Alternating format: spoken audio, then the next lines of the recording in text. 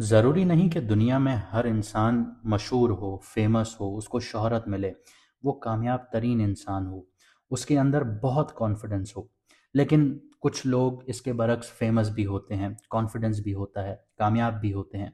और फिर आते हैं वो लोग जो इनके ऊपर होते हैं, वो होते हैं किंग मेकर। और ये लोग दुनिया के बड़े बड़े बादशाहों को भी डायरेक्शंस दे रहे होते हैं।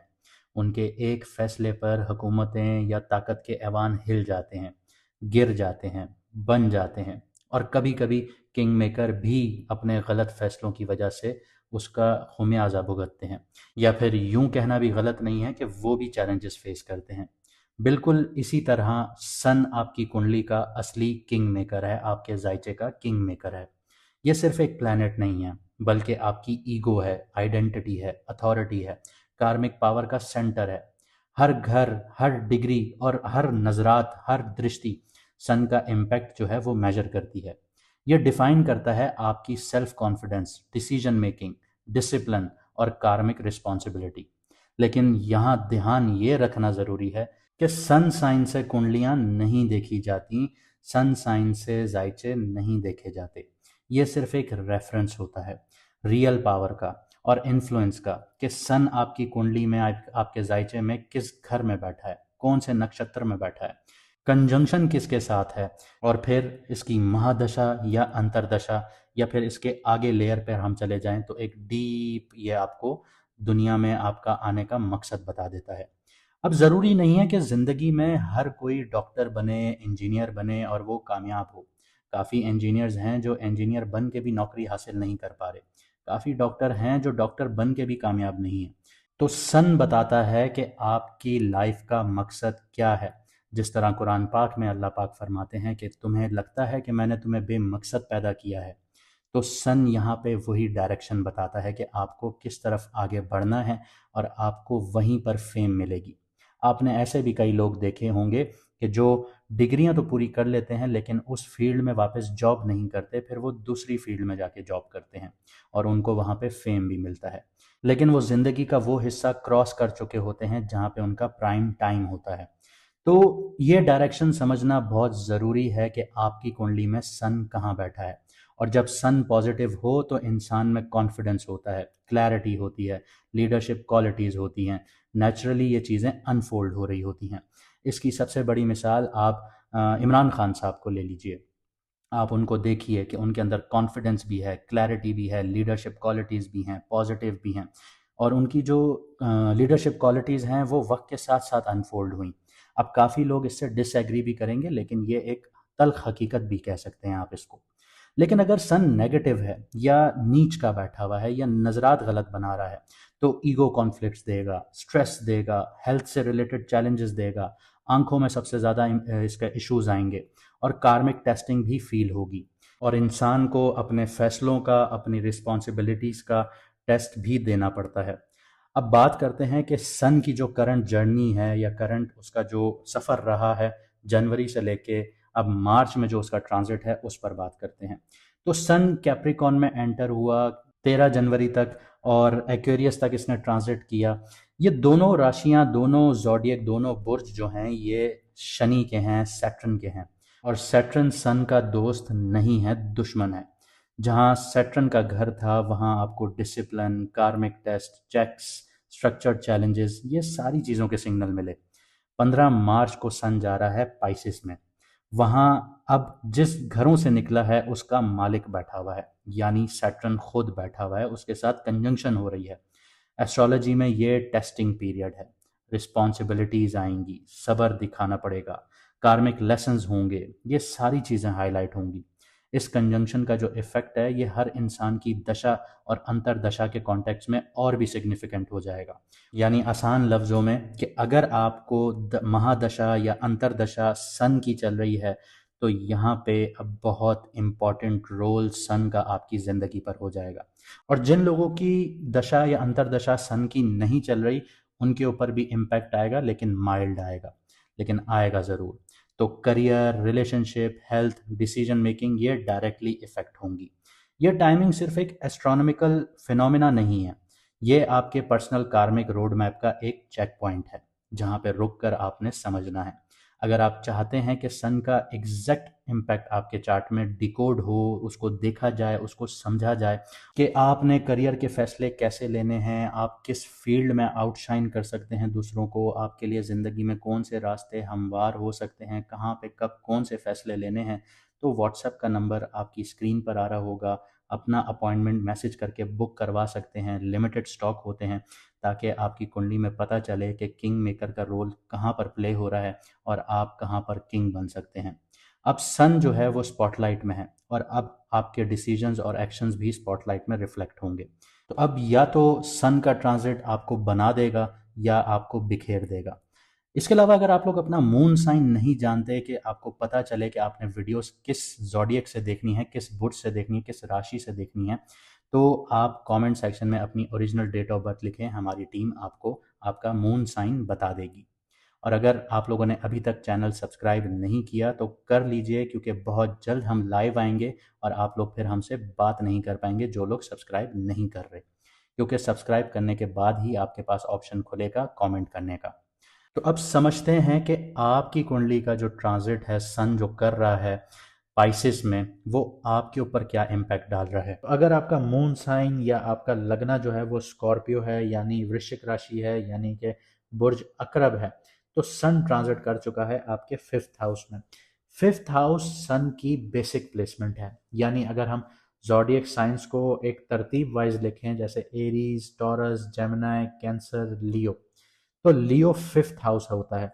और बेसिक कुंडली का स्ट्रक्चर बता रहा हूं, तो यहाँ पर सन जो होता है बहुत पावरफुल होता है, लेकिन सन सैटर्न के साथ है, पाइसेस में है, बहुत अच्छी सिचुएशन में नहीं है। और आपकी कुंडली में जो सन जिस घर का मालिक है वो 10th हाउस है, और 5th हाउस जिस चीज को रिप्रेजेंट करता है वो क्रिएटिविटी को करता है। अगर आप किसी का बहुत अच्छा सन देखेंगे तो वो इंसान आपको क्रिएटिव भी नजर आएगा, रोमांटिक भी नजर आएगा, स्पेकुलेटिव इन्वेस्टमेंट्स में भी उसको बहुत ज़्यादा फायदा होगा, बच्चों से भी बहुत ज़्यादा खुशियाँ मिलती हैं। वो बंदा शार्प भी बहुत होता है, इंटेलिजेंस भी रखता है, और हर चीज़ सीखने की कोशिश करता है, फन भी देखता है, ज़िंदगी में फन करता भी है, इंजॉयमेंट भी करता है। अगर इसकी मिसाल जैसे मैंने आपको शुरुआत में बताई कि इमरान खान साहब की ज़िंदगी आप देख लें, तो यहाँ पर आपको जो जो चीज़ें मैंने बताई, ये चीज़ें आप इमरान खान साहब की ज़िंदगी पर रख कर देख लें, आपको वो सारी चीज़ें पूरी होती हुई नजर आएंगी। तो यहाँ पर जो सन है वो आपकी कुंडली के 10th हाउस को रूल करता है। यानी ये जो फेज है, ये लाइफ का जो फेज है आपके लिए, ये एक्सप्रेसिव और प्लेजर जोन को एक्टिवेट करेगा आपके 5th हाउस को लेकर। लेकिन जो सन 10th हाउस को रूल करता है आपके, उसका लॉर्ड है, तो ये करियर पर भी इम्पैक्ट डालेगा। तो करियर हो गई, पब्लिक स्टेटस हो गया, अथॉरिटी हो गई, लाइफ की अचीवमेंट्स हो गई, तो यहाँ पर ये सारी चीज़ें एक्टिवेट कर देगा सन। पिछले जैसे 2.5 साल 3 साल आप लोगों ने ख़राब देखे, जो मैंने जुपिटर की सीरीज़ में आपको पहले ही बता चुका हूँ। तो करियर और पब्लिक एम्बिशंस का जो इम्पैक्ट है वो क्रिएटिविटी और रिस्क रिलेटेड एरियाज पर होगा आपकी ज़िंदगी में।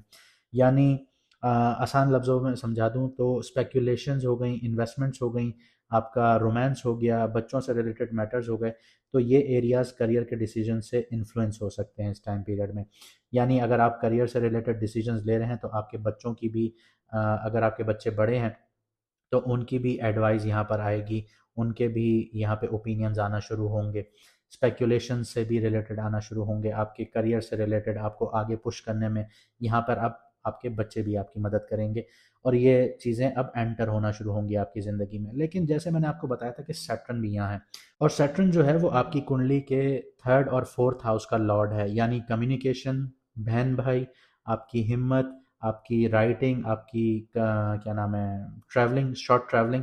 आपका 4th हाउस जो एक्टिव होता है, आपका घर है, आपकी इमोशनल स्टेबिलिटी है, गाड़ी है, प्रॉपर्टी के मामलात हैं, ये सारी चीज़ें एक्टिवेट होती हैं। सैटर्न यहाँ पे 5th हाउस में बैठ के एक्टिवेट करता है।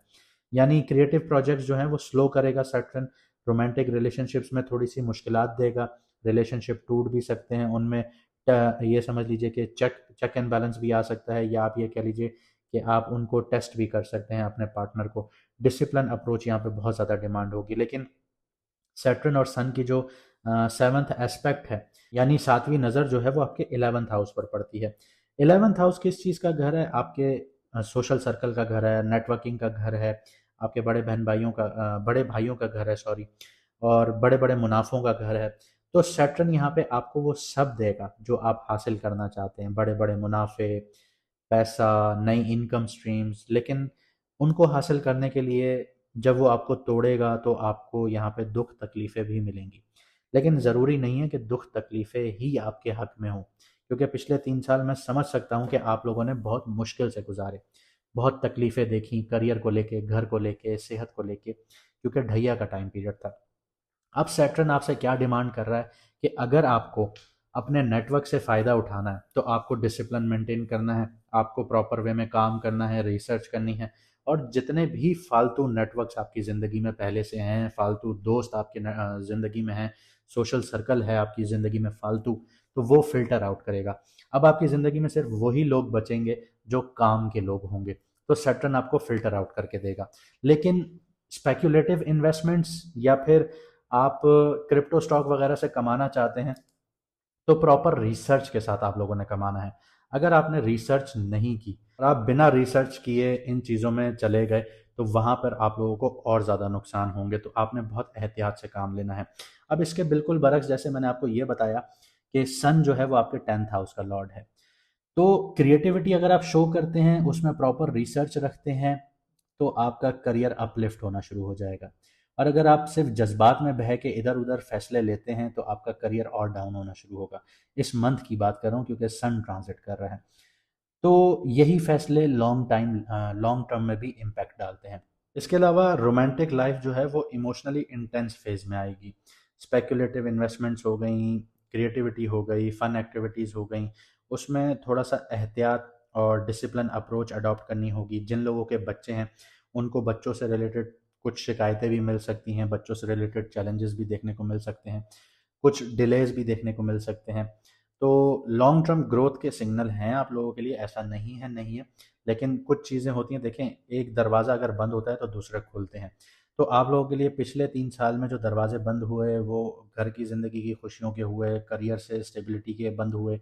लेकिन आप लोगों के पास जो चांसेस थे वो नेटवर्किंग के थे, इनकम सोर्सेज के, दूसरे तरीके की यानी फ्रीलांसिंग वगैरह से जनरेट करने के थे। तो यहाँ पे हर तरह के आपको ऑप्शंस मिलते हैं। और जैसे कुरान पाक में अल्लाह ताला फरमाते हैं कि हर मुश्किल के साथ आसानी है, तो आसानी बिल्कुल है, लेकिन बात इतनी है कि हमें समझना होता है कि वो कहाँ से आएगी, किस तरफ हमें जाना चाहिए, हमें अपनी लाइफ के डायरेक्शंस देखने हैं। तो यहाँ पर क्रिएटिव आइडियाज़ आप लोगों ने रखना है। जितना आप क्रिएटिव होते जाएंगे सन उतना पॉजिटिवली आपको यहाँ पे शो करेगा, मतलब पॉजिटिवली पुश करेगा। इसके अलावा आपने रिस्क टेकिंग जो एबिलिटी है उस पर भी काम करना है, आपने रिस्क लेने हैं। आपके क्रिएटिव आइडियाज़ बहुत अच्छे हैं, आप अपने किसी सीक्रेट पर्सन से डिस्कस करें कि ये कैसा आइडिया है, वो आपको क्या देता है। अब तो एआई भी आ गया है, एआई से आप लोग बात कर सकते हैं, उसको अपना आइडिया बताइए, वो आपको क्या उसका आउटकम देता है कि ये कितना अच्छा है, कितना नहीं है, कितना फिजिबल है, कितना नहीं है। तो उस बिना पर आप लोग रिस्क ले सकते हैं। और जब आप इस पर रिस्क लेंगे तो करियर इम्पैक्ट होगा इससे। या तो अगर आपका जो क्रिएटिव आइडिया है बहुत अच्छा है तो आपका करियर भी आगे जाएगा। अगर ये अच्छा नहीं है, आपने इस पर प्रॉपर रिसर्च नहीं की, तो करियर वैसे नीचे भी आ सकता है। तो आपने इस चीज़ पर बहुत ज़्यादा ध्यान रखना है। इसके अलावा स्पेक्युलेटिव जो गेन्स हैं, ये आपको पब्लिक रिकग्निशंस भी दिलवा सकती हैं और आपके क्रिएटिव आइडियाज़ भी। लेकिन वही बात है कि थोड़ा सब्र से, प्रॉपर रिसर्च से, डिसिप्लिन से, ये 3 चीज़ें अगर आप मेंटेन कर लेते हैं तो आपको यहाँ पे बहुत कुछ मिल सकता है।